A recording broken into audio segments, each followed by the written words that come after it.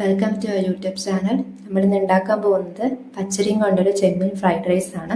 ആദ്യം നമുക്ക് മാഗ്നേറ്റ് ചെയ്ത് വെച്ച പ്രോൺസ് സൺഫ്ലവർ ഓയിലൊന്ന് വറുത്തെടുക്കണം.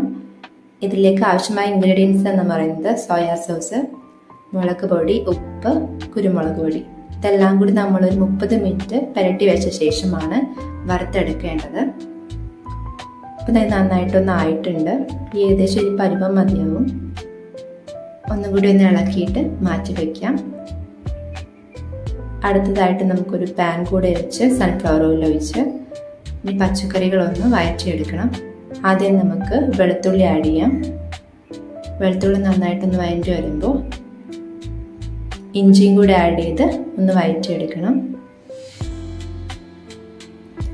ഇത് ഏകദേശം ആയിട്ടുണ്ട്.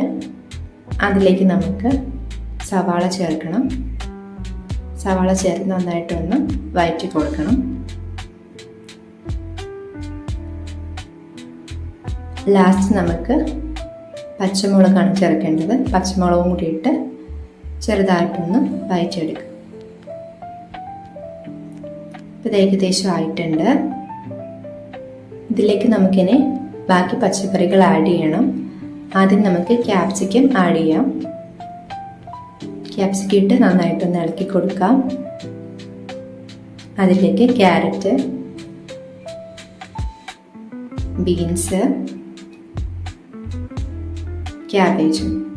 നമുക്ക് ഏത് ക്യാബേജ് വേണമെങ്കിലും ആഡ് ചെയ്യാം. എനിക്ക് വയലറ്റാണ് കിട്ടിയത്. കുറച്ച് ഉപ്പിട്ട ശേഷം മൂടി വെച്ച് വേവിക്കാം. വെന്ത ശേഷം നടുക്കൊരു ഹോൾ ഉണ്ടാക്കി അതിലേക്ക് ഒരു മുട്ട പൊട്ടിച്ചൊഴിക്കണം. നല്ലൊരു ഫ്ലേവർ കിട്ടാനായിട്ടാണ് നമ്മൾ പച്ചക്കറിയുടെ നടുക്ക് ഇങ്ങനെ മുട്ട പൊട്ടിച്ചൊഴിച്ച് അതിൻ്റെ ഒപ്പം ഒന്ന് മിക്സ് ചെയ്തെടുക്കുന്നത്.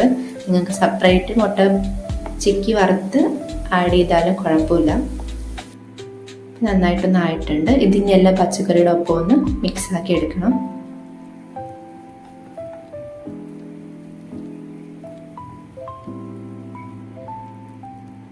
ഇതിലേക്ക് നമുക്ക് മാറ്റി വെച്ച ചെമ്മീൻ ആഡ് ചെയ്ത് കൊടുക്കാം.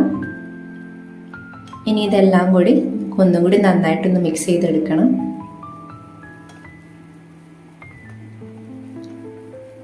ഇതെല്ലാം റെഡി ആയിട്ടുണ്ട്. ലാസ്റ്റ് നമുക്ക് കുരുമുളക് പൊടി ആഡ് ചെയ്യാം. പിന്നെ കുറച്ച് സോയാ സോസ് ഒരു സ്പൂൺ ഒഴിച്ചാലും മതിയാവും. ഒരു സ്പൂൺ ഒഴിച്ച് ഇനി എല്ലാം കൂടി ഒരുമിച്ചൊന്ന് മിക്സ് ആക്കി എടുത്ത ശേഷം അടുത്തതായിട്ട് നമുക്ക് റൈസ് ഒന്ന് മിക്സ് ചെയ്തെടുക്കണം. പച്ചരിയാണ് നമ്മളിവിടെ യൂസ് ചെയ്യുന്നത്. നിങ്ങൾ കറക്റ്റ് വേവ് നോക്കി എടുക്കണം.